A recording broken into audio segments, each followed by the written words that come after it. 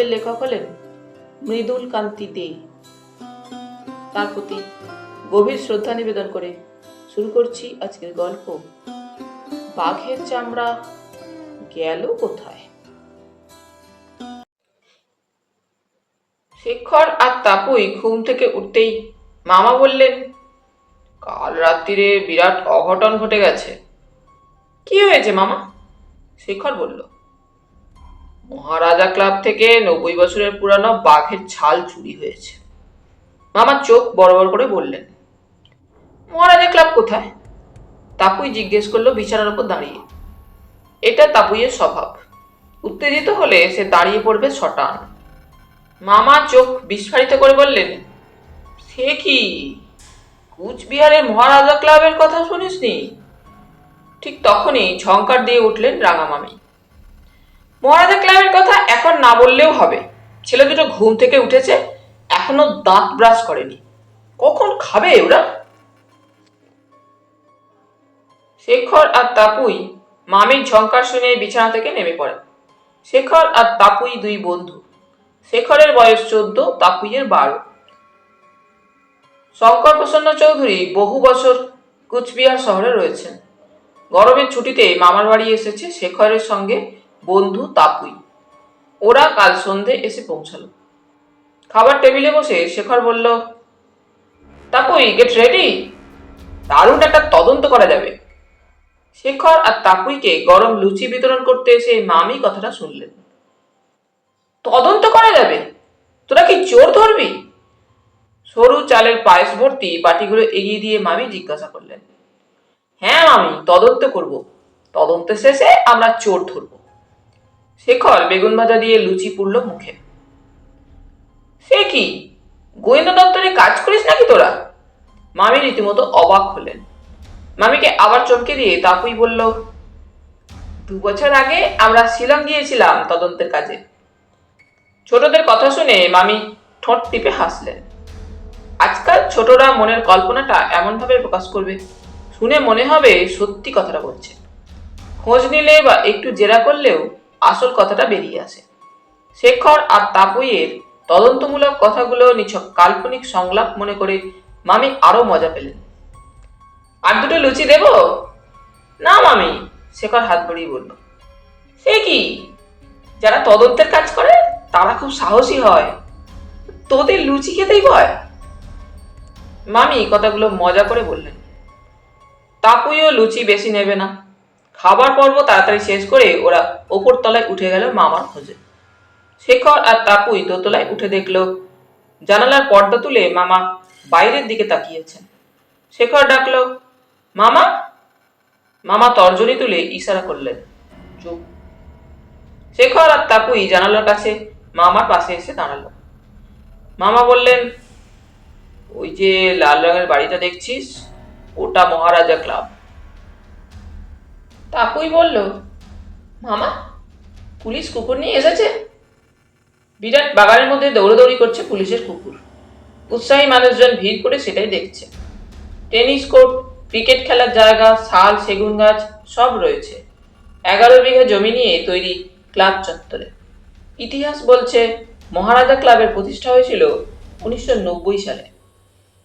কুকুরটা মহারাজা ক্লাবের গেটের দিকে ছুটে আসতেই ভিড় করার লোকজন ছত্রভঙ্গ হয়ে গেল। মানুষজন যেভাবে ছুটে ছুটে সরে যাচ্ছে, হঠাৎ মনে হবে পুলিশ বুঝি লাঠি চার্জ করছে। গেটের বাইরে এসে রাস্তা ধরে খানিকটা এগিয়ে গিয়ে দাঁড়িয়ে পড়ল নিকস কালো কুকুরটা। আচ্ছা মামা, একটা বাঘের ছাল চুরি হয়েছে বললে, বাঘের ছালটা কোথায় ছিল? শেখর ঝানু গোয়েন্দার মতো জিজ্ঞেস করল। মামা নাকে নস্যি টেনে বললেন, মহারাজা ক্লাবের যে ঘরটায় বিলিয়ার্ড বোর্ড আছে, সেই ঘরটার দেওয়ালে বাঘের ছালটা কাঁচ ঢাকা বাক্সে টান টান করে রাখা ছিল। কাঁচের বাক্সটা চুরি হয়েছে? তাপুই জানতে চাইল।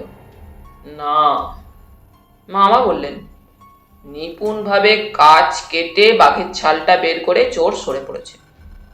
শেখর আর তাপুই পরস্পরের দিকে তাকালো। রহস্য জমাট বাঁধলে যেমন ছমছম অন্ধকার অনুভব করা যায়, ওরা সেরকম অন্ধকার সুড়ঙ্গ দেখতে পেল। এই সুড়ঙ্গ দিয়েই এগোতে হবে। মহারাজা ক্লাবে বাঘের ছাল কি করে এলো মামা? শেখরের খুব কৌতূহল। মামা এবার চেয়ারে হেলান দিয়ে বসলেন। মামার চোখের দৃষ্টি বাইরে। মামা বললেন, একসময় শিকার খেলাধুলার পর্যায়ে পড়ত। মহারাজা নৃপেন্দ্র নারায়ণ শিকার ভালোবাসতেন। আসাম থেকে ডুয়ার্সের জঙ্গলে তিনি বন্ধু অতিথিদের সঙ্গে শিকারে বেরোতেন।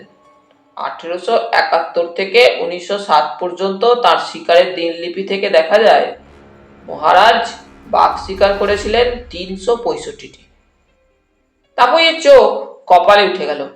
শেখর এক পা সরে এসে মামার কাঁধে হাত রাখল। মামা হাসলেন। তোরা ভয় পেয়ে গেলি? আরো শুনবি? শিকারের তালিকায় আছে 311টি চিতা, 207টি গন্ডার, 133টি ভল্লুক। মামা, আমাদের মহারাজা ক্লাবের ভেতরটা দেখিয়ে আনবে? শেখর আবার বলল।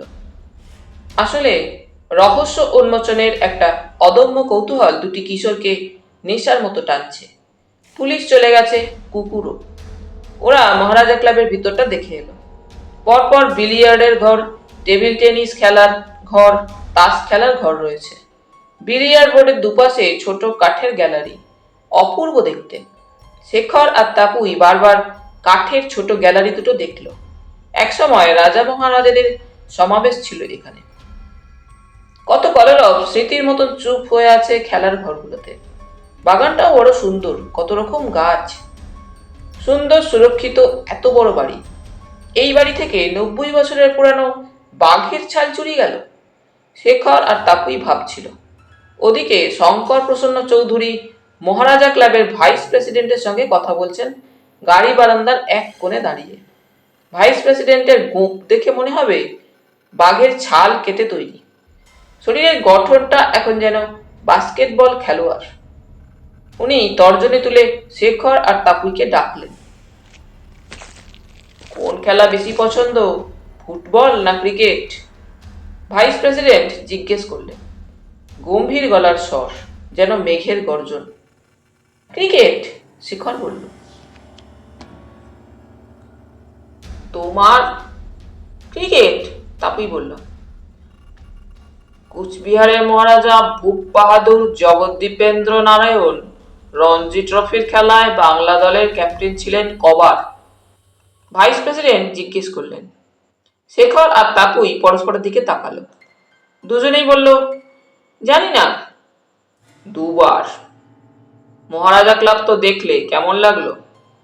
মোটা গোফের 2 প্রান্ত যেন ফুঁসে উঠবে। ভাইস প্রেসিডেন্ট কঠোরভাবে তাকালেন। ভালো, খুব সুন্দর, শেখর বলল। এর আগে মহারাজা ক্লাবে চুরি হয়েছিল? তাপুই বলল। ভাইস প্রেসিডেন্ট অ্যাম্বাসেডর গাড়িতে হেলান দিয়ে দাঁড়ালেন। হ্যাঁ, হয়েছিল। সেবার বাইসনের 2টো মাথা চুরি হয়েছিল। শেখর বলল, চোর ধরা পড়েছিল সেবার? হ্যাঁ। ভাইস প্রেসিডেন্ট বলিষ্ঠ 2টি হাত বুকের উপর ভাঁজ করে কথা বলছেন। সেবার চুরির জন্য ধরা হয়েছিল মহারাজার একজন চিকিৎসকের পুরানো ভৃত্যকে। ভৃত্যটি এখন কোথায়? তাপুই বলল। ভৃত্যটি অনেকদিন নিখোঁজ। তাপুই আর শেখর মামার সঙ্গে মহারাজা ক্লাব থেকে বেরিয়ে এলো। শেখর বলল, মামা, রাজবাড়ি যাব। মামা বললেন, রাজবাড়ির ভিতরে তো যেতে দেবে না, রাজপ্রাসাদ বাইরে থেকে দাঁড়িয়ে দেখতে হবে। বাস থেকে নেমে ওরা মামার সঙ্গে হেঁটে গেল রাজপ্রাসাদের কাছে। অটল পর্বতের মতো বিশাল রাজপ্রাসাদ। তাপুই শেখর অবাক দৃষ্টিতে তাকিয়ে দেখছে। সামনে বিরাট ফাঁকা জমি, রাজবাড়ির মাঠ। পিয়ারসন সুরিটার নাম শুনেছিস? মামা বললেন। হ্যাঁ, বিখ্যাত ধারাভাষ্যকার, শেখর বলল। আমি আনন্দমাঠ ছবিতে পিয়ারসন সুরিটার অভিনয় দেখেছি, তাপুই বলল। পিয়ারসন সুরিটা রাজবাড়ির মাঠেও খেলে গেছেন। লালা অমরনাথ, পিটার রিচার্ডসন, জয়সীমা, নবাব পতৌদ্দি, বিজয় হাজারে, চুনি গোস্বামী খেলে গেছেন রাজবাড়ির মাঠে। কুচবিহারের মহারাজা ছিলেন খেলাধুলার পৃষ্ঠপোষক। ক্রিকেটের উন্নতির জন্য মহারাজা নৃপেন্দ্র নারায়ণ সে সময় সাসেক্স থেকে জর্জ কক্স এবং জো ভাইনকে কুচবিহার নিয়ে এসেছিলেন। ভাবা যায়, কিংবদন্তির মতো শোনাবে। মামা নাগাড়ে বলে যাচ্ছেন। শেখর তাপুই খুব আগ্রহ নিয়ে শুনছে। হাঁটতে হাঁটতে কথা হচ্ছিল। রাজবাড়ির দক্ষিণ দিকে এলে চোখে পড়ল একটি শীর্ণ নদী। শেখর তাপুই দেখলো খানিকটা হাঁটলে নদীর কাছে সহজেই যাওয়া যায়। ওরা মামাকে বলল, নদীর কাছে যাবে? নদী হেঁটেই পারাপার করা যায়, পায়ের পাতা ডোবানো জল। এরকম নদীর কাছে এসে শেখর তাপুই উচ্ছ্বসিত হয়ে পড়ে। মামাকে ওপারে একলা রেখে ওরা বালক সুলভ চাপল্য আবেগে নদী পেরিয়ে ওপারে গেল। মামা নদীর পাড়ে বসে আছে, হাতে নস্যি কৌটো। মামা দু একবার হাঁক দিয়েছেন, বেশি দূর যাস না। শেখর তাপুই নদী পেরিয়ে একটা ঢিবির উপর উঠল। ঢিবির ঢাল যেখানে শেষ হয়েছে সেখানে ছোট একটা কুটির। রাজপ্রাসাদ, পাশে নদী, নদীর পাড়ে ছোট কুটির। বেশ তো। শেখর তাপুই কুটিরের সামনে গিয়ে দেখল ভিতরে একজন গেরুয়া পোশাক পরা জটাধারী লোক ঘুমোচ্ছে। ঘরের ভিতরে একটি ঘটিতে জল, এছাড়া আর কিছু নেই। লোকটির ডান হাতের মুঠোয় একটি কাগজ না। মাথা নিচু করে শেখর তাপুই খোলা দরজা দিয়ে দেখল তীর্থির হাওয়ায় লোকটার মুখ ভর্তি দাড়ি শিরশির কাঁপছে। তাপুই ফিসফিস করে বলল, শেখর, ওই কাগজটা কি দেখবি? শেখর হাত বাড়িয়ে খুব সাবধানে লোকটার মুঠো থেকে কাগজটা টেনে বের করে নেয়। কাগজটা খুলে দেখে লেখা, কর্কশ ডাক, সম্মানের পরের দুই। কি খাবো, কি মজা, এবার শুই। পদ্যটা পড়েই শেখর আঙুলে টুসকি বাজালো। তাপুই বলল, বুঝেছি, এখানে আর এক মুহূর্ত দাঁড়ানো ঠিক হবে না। জটাধারী জেগে উঠলেই সর্বনাশ হবে। রহস্যের জাল কেটে আসল অপরাধীকে ধরা যাবে। ভাবতেই শেখর আর তাপুইয়ের মন আনন্দে ভরে ওঠে। ওরা ছুটল, পা ডোবানো জলে হেঁটে তাড়াতাড়ি নদী চলল। ঢিবিটার জন্য কুঠির দেখা যাচ্ছে না। খুব শিগগিরই কাজটা সারতে হবে। জটাধারী জেগে যদি দেখতে পায় কাগজটাই কোথাও, তবে সব চেষ্টা পণ্ড হয়ে যেতে পারে। গাছের ভাঙা শুকনো ডালপালা কুড়ানো একটি বাচ্চার সঙ্গে মামা কথা বলছিলেন। শেখর তাপুই ছুটতে ছুটতে গিয়ে মামাকে বলল, মামা, কুইক, দৌড়াও। শঙ্কর প্রসন্ন অবাক হলেন। শেখর তাপুই ঊর্ধ্বশ্বাসে ছুটছে। পাক তারা করেছে নাকি? শঙ্কর প্রসন্ন চিন্তিত হলেন। তিনি দ্রুত পা ফেলে হাঁটতে থাকেন। রাজবাড়ির বাইরে দুটো কামান রাখা আছে। শঙ্কর প্রসন্ন দেখলেন শেখর আর তাপুই একটি কামানের মুখে চোখ রেখে কি দেখছে। শঙ্কর প্রসন্ন কাছে এসে দাঁড়ালেন। তোদের কি বাঘে তাড়া করেছে? মামা বললেন। বাঘ না, বাঘের ছাল, শেখর বলল। কামানের মুখে শেখর আর তাপুই চোখ রেখে দেখছে কামানের ভিতরটা। আনন্দ উত্তেজনায় দুটি কিশোর তখন রোমাঞ্চিত। শেখর হাত বাড়িয়ে কাগজটা মামাকে এগিয়ে দেয়। মামা ভ্রু কুঁচকে পদ্যটা পড়লেন। এক বিন্দু বুঝতে না পেরে ধৈর্যচ্যুতি হলো তার। আমাকে খুলে বল, কি হয়েছে? মামা, বাঘের ছাল, তাপুই বলল। দুটি কিশোর কামানের মুখে মাথা নিয়ে দাঁড়িয়ে আছে। কামানের ভিতরটা ওরা অমন আগ্রহ নিয়ে দেখছে কেন? এবার শঙ্কর প্রসন্ন ক্ষেপে উঠলেন। সর সর সর বলে শেখর তাপুইকে ঠেলে সরিয়ে দিয়ে তিনি নিজেই চোখ রাখলেন কামানের মুখে। তো বাঘের ছাল, অবাক চোখে চেঁচিয়ে ওঠেন মামা। কি আশ্চর্য, তোরা এর হদিস পেলে কি করে? ওই চিরকুটটাতে সব লেখা আছে, শেখর বলল।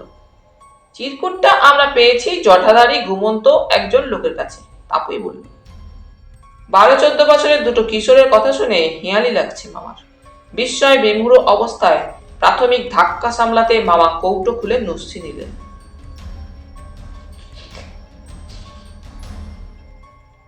মামা চিরকুটটা খুলে ভ্রু কুঁচকে পড়লেন। কর্কশ ডাক মানে কা, শেখর বলল। সম্মানের পরের দুই। মামা দ্বিতীয় লাইনটা পড়লেন। মানে মান, শেখর বলল। হলো কামান, এবার তাপুই বলল। শেখর বলল, ঘি খাবো, কি মজা, অর্থাৎ বেশ টাকা আছে লোকটার কাছে। ওরকম জীর্ণ কুটিরে দীর্ণ বসন পড়া জটাধারী লোকটার কাছে ঘি খাবার অনেক টাকা থাকবে কেন? মনে পড়ল ভাইস প্রেসিডেন্টের কথা। রাজবাড়িতে চুরি করত পুরানো ভৃত্য, অনেকদিন নিখোঁজ। শিকড়, এখনো আসল কাজটাই বাকি। হঠাৎ চিৎকার করলো তাকুই, জটাধারী লোকটাকে ধরতে হবে। শেখর তাড়াতাড়ি কামানের গহ্বরে হাত ঢুকিয়ে টেনে আনলো বাঘের ছালটি। 90 বছরের পুরানো বাঘের চামড়া, মেরুদণ্ড শিরশির করে ওঠে। নিজেদের চোখকেই যেন বিশ্বাস হচ্ছে না। শেখর আর তাকুই মানুষ খেকো বাঘের চামড়ায় হাত বুলিয়ে দেখছে, চোখময় আনন্দে উচ্ছ্বসিত। বাঘের চামড়াটা মামার হাতে দিয়ে শেখর আর তাকুই ছুট দিল। মামা তাড়াতাড়ি, মামা বলল। তোরা একা একা যাসনি ওদিকে। দুটি কিশোর তখন জয়ের আনন্দে বন্ধন মুক্ত, কোনো পিছুটান নেই। টগবগ আনন্দে শেখর আর তাকুই ছুটছে। মামা ঊর্ধ্বশ্বাসে ছুটলেন। শেখর আর তাকুইকে কিছুতেই ওভাবে ছেড়ে দেওয়া ঠিক হবে না। নদী পেরিয়ে ঢিবি পেরিয়ে তিনজন এসে পৌঁছালো ছোট কুটিরের কাছে। বিদ্যুৎ গতিতে দরজা টেনে ওরা ঢুকে পড়ে। কুটির শূন্য। জটাধারী তবে কোথায় গেল?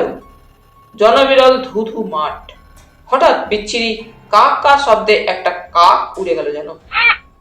অনাগত কোনো ঘটনার বিপদসূচক সাবধান বার্তা। মামা ঘেমে ওঠেন। মামা বললেন, এখানে আর দাঁড়াবো না, এক্ষুনি চল। পুলিশকে ফোন করে সব জানাতে হবে। বাতাস কেটে এক ঝাঁক তীর ছুটে আসছে না? মামা তীক্ষ্ণ চিৎকার করলেন, শুয়ে পড় সবাই, আর এক মুহূর্ত দেরি করলে মাথাগুলো উড়ে যাবে। ঢিবির আড়ালে শুয়ে পড়ে তিনজন। এক ঝাঁক তীর নদীর জলে গিয়ে পড়লো ক্ষিপ্র বেগে। মামা বললেন, শেখর, এখন কি হবে? গলার স্বরেই বোঝা যাচ্ছে মামা বিচলিত বোধ করছেন। শেখর বলল, মামা মাথা তুলবে না। তাকুই বলল, বুকে হেঁটে যতদূর যাওয়া যায় এগিয়ে চলি। বুকে হেঁটে কি করে? নিরাপত্তাহীন ব্যাপারটা মামাকে খুব কাহিল করে দিয়েছে। তাকুই শেখর বুকে ভর দিয়ে হাঁটতে শুরু করেছে। মামাও। আবার কি এক ঝাঁক তীর ছুটে আসবে? সুদূর জঙ্গল থেকে কে ছুড়লো তীরগুলো? রীতিমতো নদীর ওপর দিয়ে গড়াতে গড়াতে ওরা পার হলো। জামা কাপড় ভিজে চুপচুপ। ভয় বিহবল বুক অজানা আশঙ্কায় কাঁপছে। বাঘের চামড়া উদ্ধার হয়েছে, আনন্দটুকু ঠিকমতো উপভোগ করবার সময় অবাক কাণ্ড ঘটল। তিনজনের মাথা লক্ষ্য করে এক ঝাঁক তীর ছুটে এসেছিল। নদী পেরিয়েই ওরা ঊর্ধ্বশ্বাসে দৌড়তে শুরু করে। তাকুই, শেখর আর মামা। পা হড়কে পড়ে যেতে গিয়ে মামা একবার সামলে নিল নিজেকে।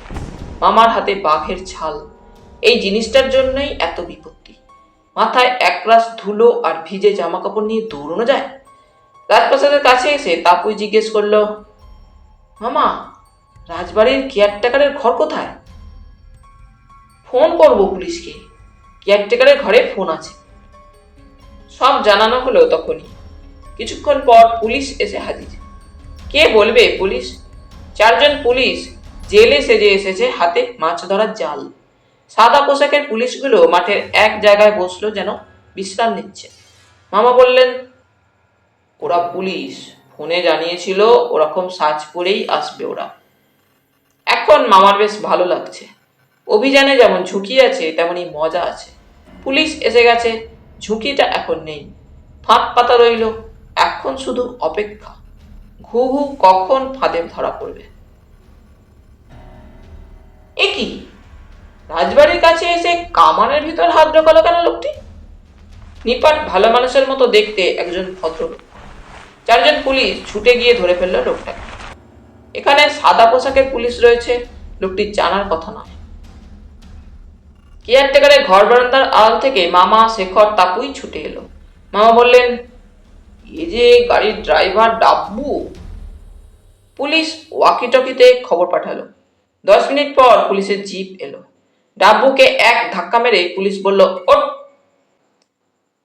ডাব্বুকে জিপে তুলে মাছ ধরার জালটা ছড়িয়ে দিল ডাব্বুর গায়ে। মামা বাঘের চামড়াটা দারোগাকে অর্পণ করলেন। দারোগা সাহেব বললেন, শঙ্কর প্রসন্ন বাবু, সন্ধেবেলা মহারাজা ক্লাবে আসুন। শেখর তাপুইয়ের পিঠ চাপড়ে দিলেন তিনি। সাব্বাস দি কিশোর গোয়েন্দা। এরপর কি হলো সন্ধেবেলা গল্পটা বলবো। হুস করে জিপ ছেড়ে দিল। মামা বললেন, ডাব্বুকে আমি চিনি, সে গাড়ির ড্রাইভার। মহারাজা ক্লাবের বাগানে কয়েকটি গ্যারেজ তৈরি করে ভাড়া দেওয়া হয়েছে। ডাব্বু এরকম একটি বাগানে কয়েকটি গ্যারেজে গাড়ি রাখে। রাত্রিবেলা গাড়ি গ্যারেজে রেখে ডাব্বু ক্যারাম খেলতো মহারাজা ক্লাবের বারান্দায়। মনে হয় কাল সুযোগ বুঝে ও বাঘের চামড়াটা চুরি করেছিল। শেখর বলল, বুঝেছি, জটাধারী সাধু বাবা হচ্ছে ডাক্তারবাবুর পুরানো ভৃত্য, অনেকদিন নিখোঁজ ছিল। তাপুই বলল, এবার আমি বলবো জটাধারী লোকটাই ডাব্বুকে দিয়ে চুরি করিয়েছিল। জঙ্গলের আড়া থেকে সেই তীর ছুঁড়েছিল। হঠাৎ শেখর বলে উঠল, মামা, দোতলা বাস। মামা বললেন, ভিজে জামা কাপড় পরে আর থাকতে পারছি না, শীত করছে, চল বাসে উঠে পড়ি। তিনজন ছুটল। রাজবাড়ির মাঠ থেকে মামা হাত দেখাতেই দোতলা বাস দাঁড়িয়ে পড়ে।